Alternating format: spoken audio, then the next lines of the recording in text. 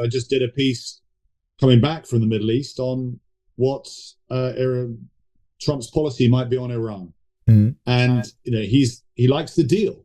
And if he can meet Kim Jong-un, why can he not meet the Ayatollah? Yeah. So my view is very binary. He'll either help bomb, possibly with Israel, Iran and its nuclear capabilities to hold them back, or after decades of Iran's proxy poisonous influence across the Middle East, could we encourage him to say, make your mark, make your legacy, come, try and strike a deal to engage with Iran, because the population is calling out for change. It won't be with this Ayatollah, make it clear. He's 85 and he might even be in a coma now. So it'll be with an opportunity presents itself in the next couple of years. Could we see something quite dynamic, which is overdue? I remember being in Vienna International School in '79, just I'd arrived there when all the Iranians came, and we met some Persians that were there, and how game-changing it was.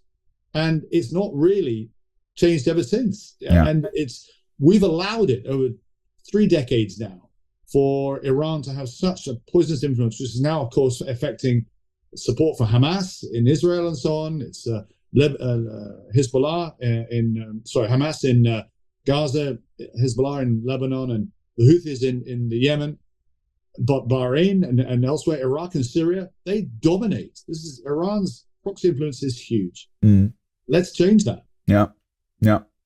One question I like to ask the people that we invite to the podcast are: if somebody says, what literature would you recommend? You've got a whole library there behind you. It looks very similar to mine. What books on leadership stand out to you? What would you recommend? I enjoy Kissinger's World Order just because it places into context, what's going on in the wider scheme of things. I would strongly encourage, particularly because what's coming over the horizon, is just try and understand the back picture between our relationship with Iran, Russia, and China over the last 50 to 100 years, because we've not been particularly nice to all three countries. They remember their history. We don't. Yeah. Many Brits will know that we gave Hong Kong back to the Chinese not long ago. They haven't got a clue as to how we got it in the first place. Yeah. The fact that we made China high, that we controlled its foreign policy. We gave them, the Opium Wars, what they call the century of humiliation. Yeah. They remember that. Divide and conquer. Yeah. Iran is another one whereby we went there, British Petroleum, BP, the oil company, started in Persia, and we gobbled up a lot of their oil. And we don't have to get started on India or parts of Africa where there was a similar story. And that was the great game with Russia as well as to what actually happened there too.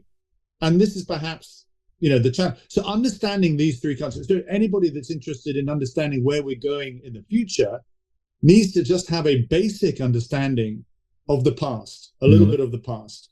And that's why I would learn just our relationship, because it's even the Americans, what America did with China and so on. When the Chinese Civil War took place and the nationalists did a runner to Taiwan, Kuomintang ended up there, and the war ended. The communists had won. They're the victors. They're in Beijing. Now, who did we give the seat, the permanent seat at the United Nations Security Council that we just set up?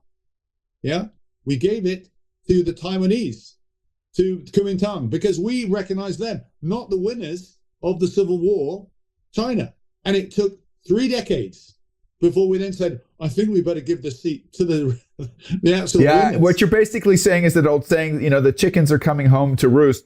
I think, yes, I think there's some dynamics in world politics. I think if you really want to understand the predicament, you need to understand what is our ownership in the predicament that we're in. I also find it very interesting that after leaving Afghanistan, I think in a perfect crossover, Chinese industrialists were moving in and securing the rights to lithium mines. Where I'm saying, what we have the disadvantage, but we're not willing to take the advantage. So there's some interesting points there.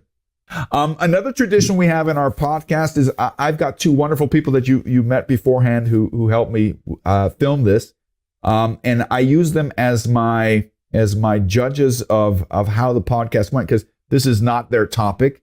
If they're falling asleep, it's usually a bad sign. They're still awake. What I also like to do is I find them brilliant, because often people who maybe don't have a contextual relationship to the topic that are talking have great questions.